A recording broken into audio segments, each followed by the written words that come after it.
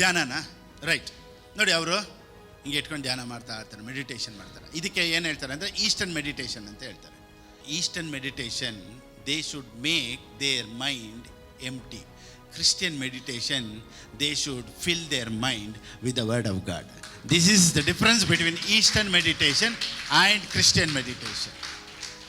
ಅವ್ರ ಮೈಂಡನ್ನು ಎಂಪ್ಟಿ ಮಾಡ್ತಾರೆ, ಕ್ರಿಶ್ಚಿಯನು ಮೈಂಡನ್ನು ಫುಲ್ ಮಾಡ್ತಾರೆ.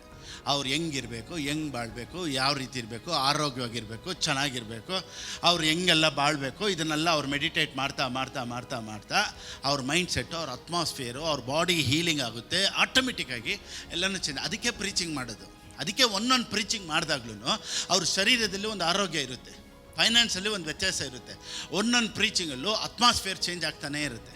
ಡಾಕ್ಟ್ರ್ ಏನೋ ಒಂದು ಟ್ರೀಟ್ಮೆಂಟ್ ಕೊಡಬೇಕು ಅಂತ ಹೇಳಿದ್ರು ಅಂತ ಇಟ್ಕೊಳ್ಳಿ, ಒಂದು ಮಾತ್ರೆ ಹೊಸದಾಗಿ ಹೇಳ್ಬಿಟ್ಟಿದ್ರೆ 10 ಸತಿ ಗೂಗಲಲ್ಲಿ ಚೆಕ್ ಮಾಡ್ತೀವಿ, ಇದೇನು ರೆಮಿಡಿ, ಏನೇನು ತಿನ್ನಬೇಕು, ಏನೇನು ತಿನ್ನಬಾರ್ದು. ಎಲ್ಲರೂ ಗೂಗಲ್ಗೆ ಹೋಗ್ತಾರೆ ಹೊರತು ಯಾರು ಬೈಬಲ್ಗೆ ಬರೋದೇ ಇಲ್ಲ. ಗೂಗಲಲ್ಲಿ ಇದೆ ನಿಜ, ಬೈಬಲಲ್ಲಿ ಬಿಡುಗಡೆ ಇದೆ. ನೀನು ಏನು ನಡೀತೈತೆ ನೋಡ್ತೀಯ, ಬಿಡುಗಡೆ ನೋಡ್ತಾ ಇಲ್ಲ. Google will give you ideas, Bible will give you remedy.